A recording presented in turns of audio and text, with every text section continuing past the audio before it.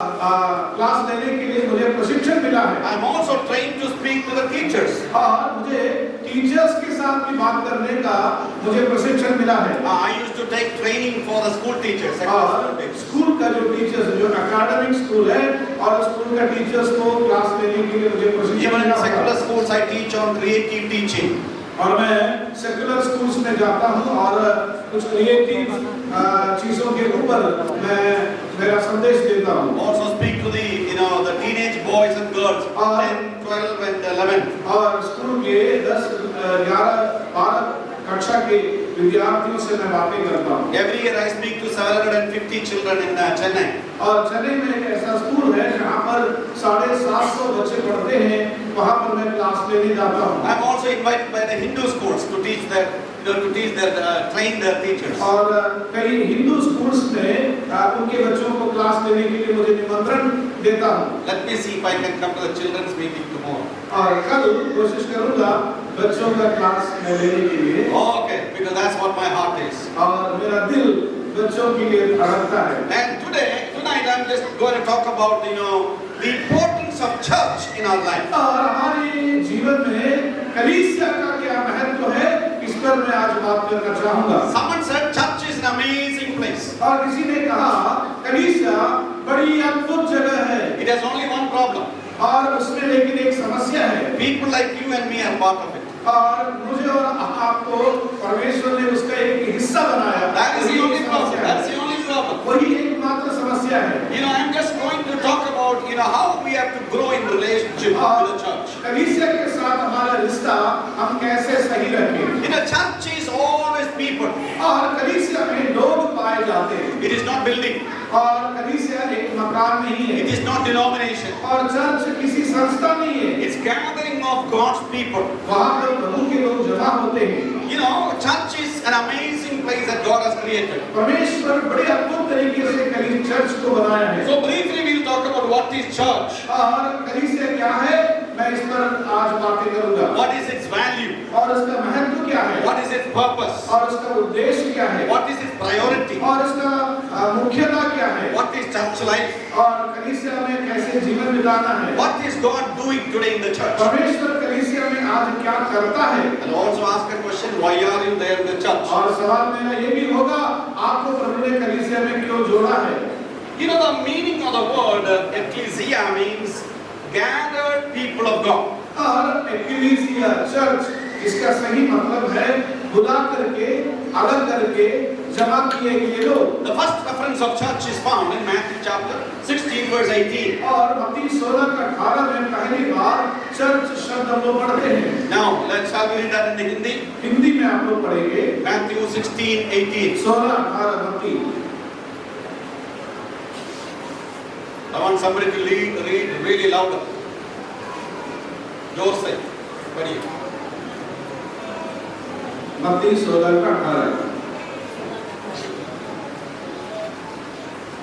और मैं भी तुझसे कहता हूँ कि और आवाज पूरी बड़े। हाँ।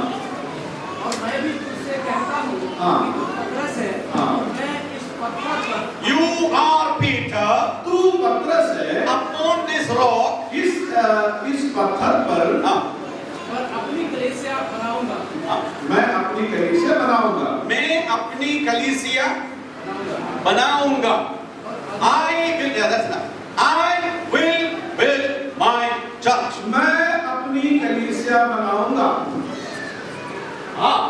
And it says, and the gates of hate shall not overprevail it. पाताल के फाटक उस पर प्रबल नहीं हो पाएगा। That means one of the establishments of God on the earth is bigger than the gates of hell.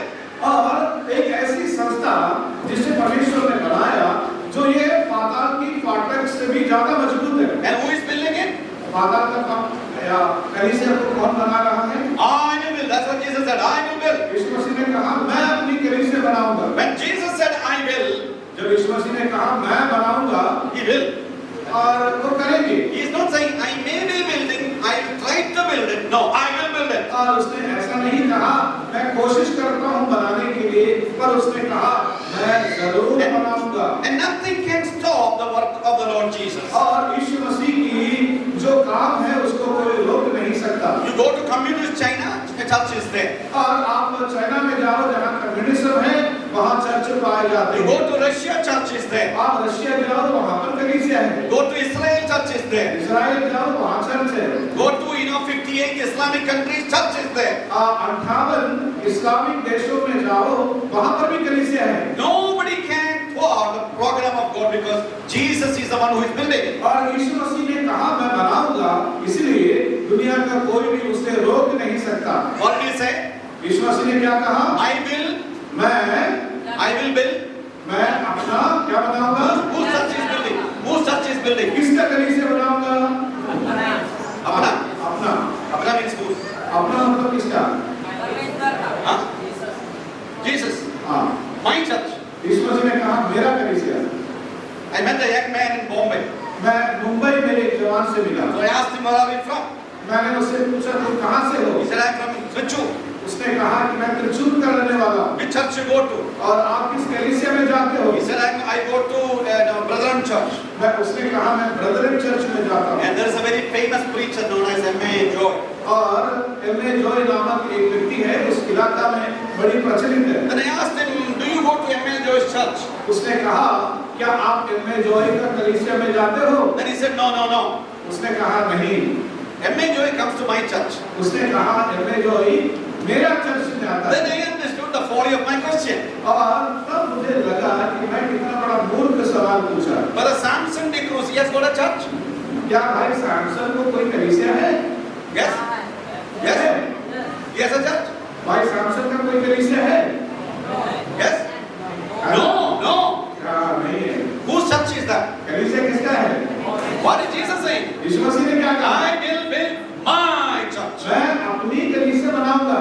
That means Jesus is very possessive about the church. यीशु मसीह कलीसिया के संबंध में वो अपना अधिकार जताना चाहते हैं। That's the first thing that we learn. Oh, church belongs to Jesus. सबसे पहला सच्चाई आप ये जाने कलीसिया प्रभु का है।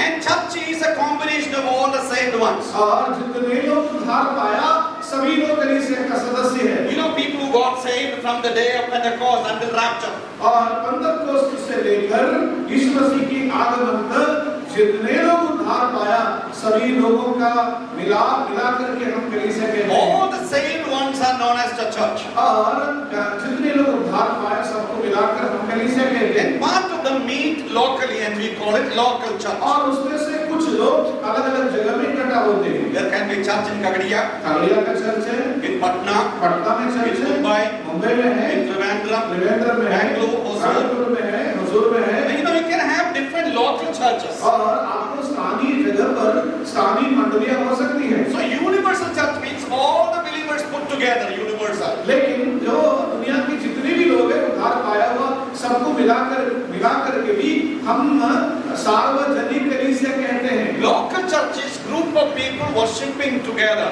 लेकिन स्थानीय जगह पर उद्धार पाए हुए लोग जहाँ जमा होकर के आराधना करते हैं उसे स्थानीय कलीसिया कहते हैं। You know, church of the Lord Jesus Christ is a treasure by the blood of Jesus. और यीशु मसीह के लहू के द्वारा बचाए गए एक धन है या एक संपत्ति है कलीसिया। Jesus is walking among the candle, among the churches. और कलीसिया के बीच में यीशु मसीह हमेशा घूमते रहता है। It formed on the day of Pentecost. पंतकोस्त के दिन में इसकी शुरुआत हुई। So it's a special treasure of God. और प्रभु के लिए एक बड़ी संपत्ति है। And secondly, it is an organization, not organization, but organism, living thing. और ये कोई संस्था नहीं होता परंतु एक जीवित कलीसिया है। There are a lot of pictures about church. कलीसिया के संबंध में कई उदाहरण बाइबल में है, कई चित्र है। There are 39 metaphors about church in the Bible. याद रखिए 39 ऐसे चित्र है जो कलीसिया के लिए बाइबल में दिया गया है। And we have to discuss that for hours.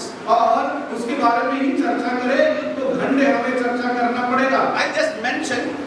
मैंने केवल आपको बताया। I will say one part, you need to say the other part. Okay? और आप मुझे मैं एक शब्द बोलूंगा तो आप उसका दूसरा शब्द बोले। Ready? बताइए। Jesus Christ is the head and the church is. आप बताओ यीशु मसीह सिर है और कलीसिया उसका शरीर है। He is the bridegroom and the church is. कलीसिया यीशु मसीह दुल्हन है, कलीसिया अब वो दूल्हा है, कलीसिया दुल्हन है। Church, Jesus Christ is the high priest and we are the और यीशु मसीह याजक है और महायाजक है और हम याजक हैं। Okay, that's the priest, isn't it? Yeah. Okay. Jesus Christ is the shepherd. और यीशु मसीह चरवाहा है। Okay. He is the wine, true wine. वो सच्ची दाखलता है And we are. Okay. और हम लोग Okay. He is the cornerstone. और वो कोने का सिरे का पत्थर है, हम जीवित पत्थर है। Okay. He is the king. और वो राजा है And we are. प्रजा है। You understand the relationship now? और देखो कितना अच्छी रिश्ता है। So, church is an organism. That means there's a life. और कलीसिया एक जीवित संस्था है। You know, one of the pictures that is used is body. और एक कलीसिया के शरीर का चित्र दिया गया है। Romans chapter 12.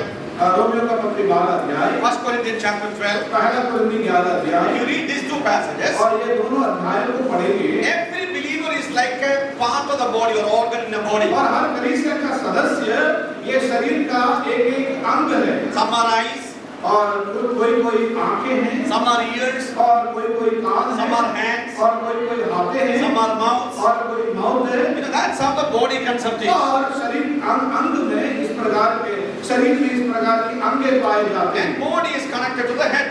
और शरीर जो है सिर से जुड़ा हुआ है। This is the head and the head is the authority. और सिर हमेशा अधिकार को दर्शाता है। So, there is a life in it. और उसमें जान है। And third thing that we learn about is, you know, it's a spiritual family. और ये एक आत्मिक परिवार है। You know, that is very interesting thing. The church is a family. और कलीसिया एक परिवार है। Ephesians 2:19 says it's a household. इफिसियों का पत्री 2 अध्याय और उसका 19 वचन। Can somebody read Ephesians 2:19? और इफिसियों 2 अध्याय 19 वचन कोई पढ़ेंगे? Church is a family. और कलीसिया एक गृहस्थ के बारे में या परिवार के बारे में बताया गया है। Yeah.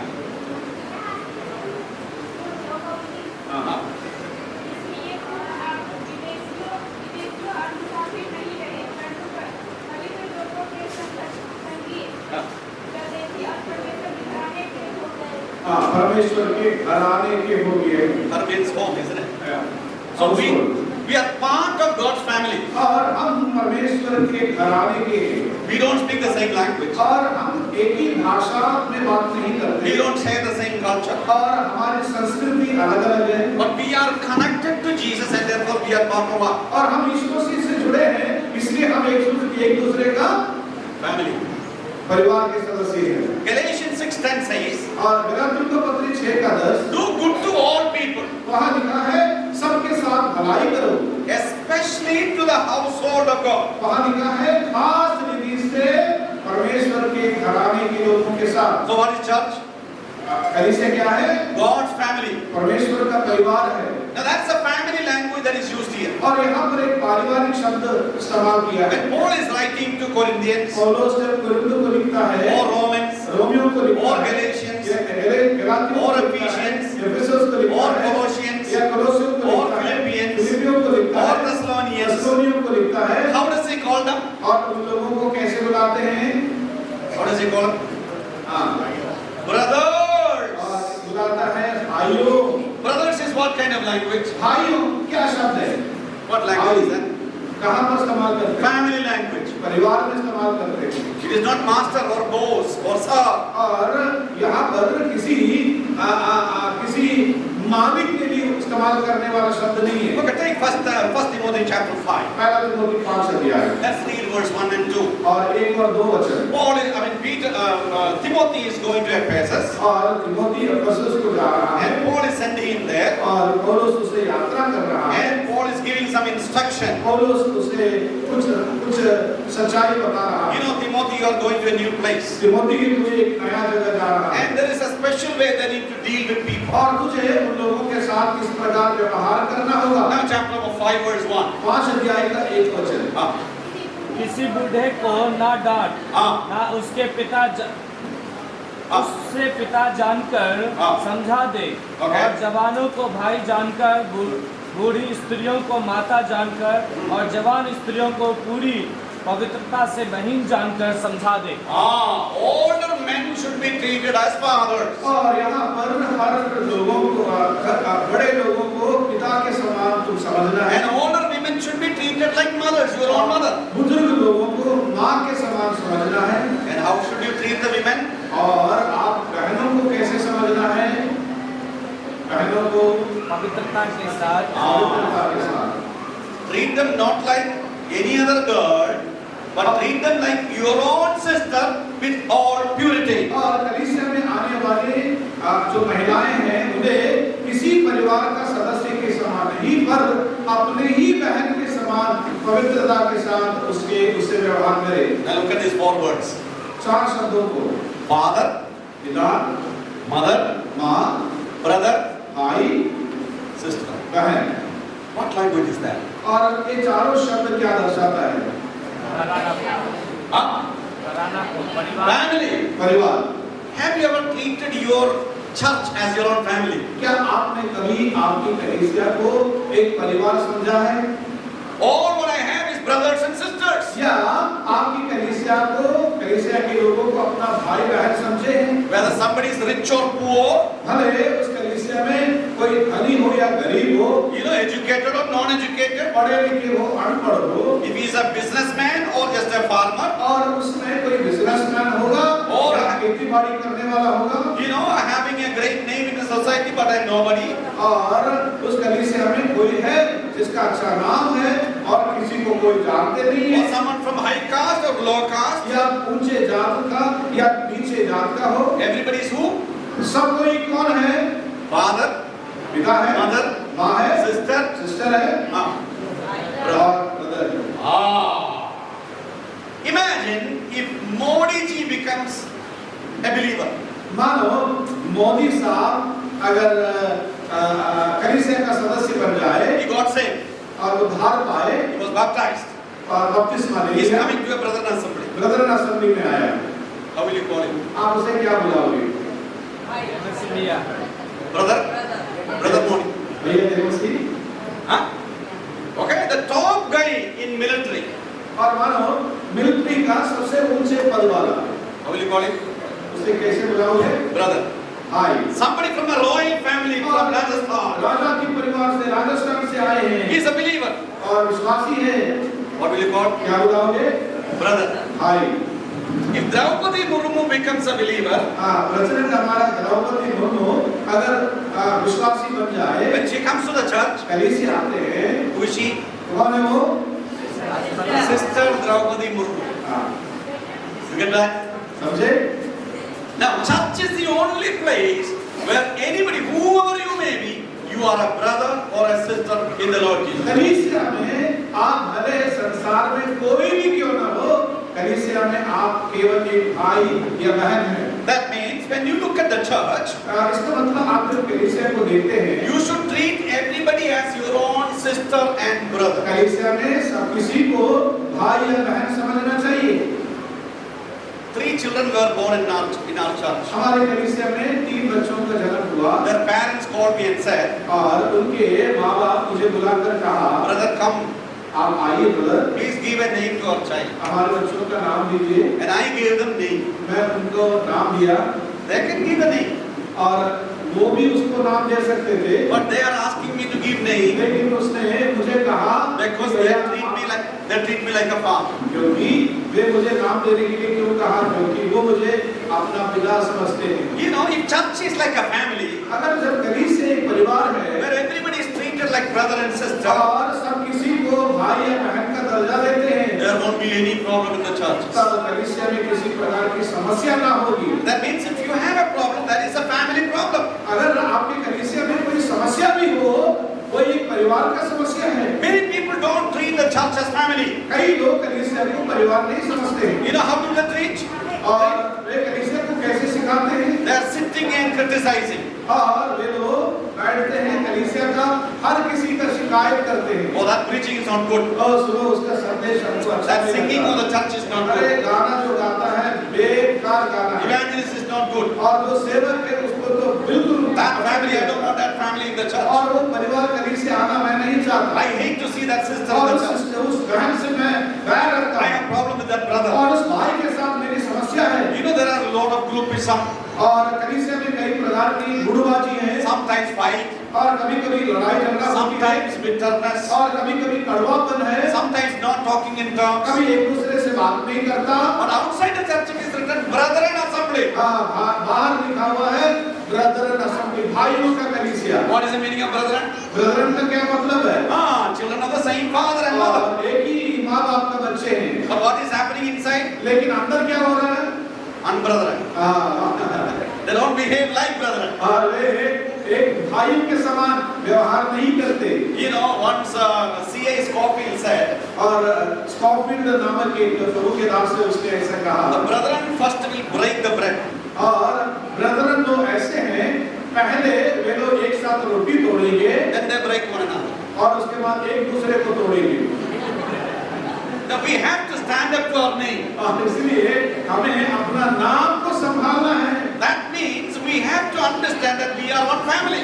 और हमने ब्रदरन नाम दिया है, इसका मतलब है कि हम एक ही परिवार का सदस्य हैं। It's easy to give commentary. और किसी पर शिकायत करना या टिप्पणी करना आसान बात है। That is not good. और ये अच्छा नहीं, This is not good. ये अच्छा नहीं, This is not the way to preach. और ये ऐसा प्रचार मत करो, This is not the right decision. और ऐसा निर्णय मत लो। Sometimes when we ask people, लेकिन लोगों से जब बात करोगे how is your church? और पूछेंगे आपका कलीसिया कैसा I say, है, oh, not good, brother. लोग बताते हैं मजा नहीं It's आता, dull, brother. और वो ब्रदर ठीक नहीं है, Church is weak, brother. और कलीसिया बहुत कमजोर है, Not interested in brother. और कलीसिया से हम रुचि नहीं रखते। You are criticizing the church. और जब आप शिकायत करते हैं But you forget that when you say church, you are also included और there. आप जब कहते हैं कलीसिया है, इसका मतलब आप भी उस कलीसिया का एक सदस्य हैं। See, when you say my church is bad, जब आप कहते हो मेरा कलीसिया बुरा है I am also part of the church. और मैं भी उस कलीसिया का एक सदस्य हूँ, Therefore, I have no right to criticize. इसलिए शिकायत करने का मेरे पास अधिकार नहीं है। Have you seen 2020 cricket? आपने 2020 क्रिकेट देखा है? Some rich people will take 50,000 rupees ticket. और कुछ पैसा वाला है 50,000 रुपया का टिकट लेता है Very huge in size. और वो मोटे तगड़े हैं Not able to even walk.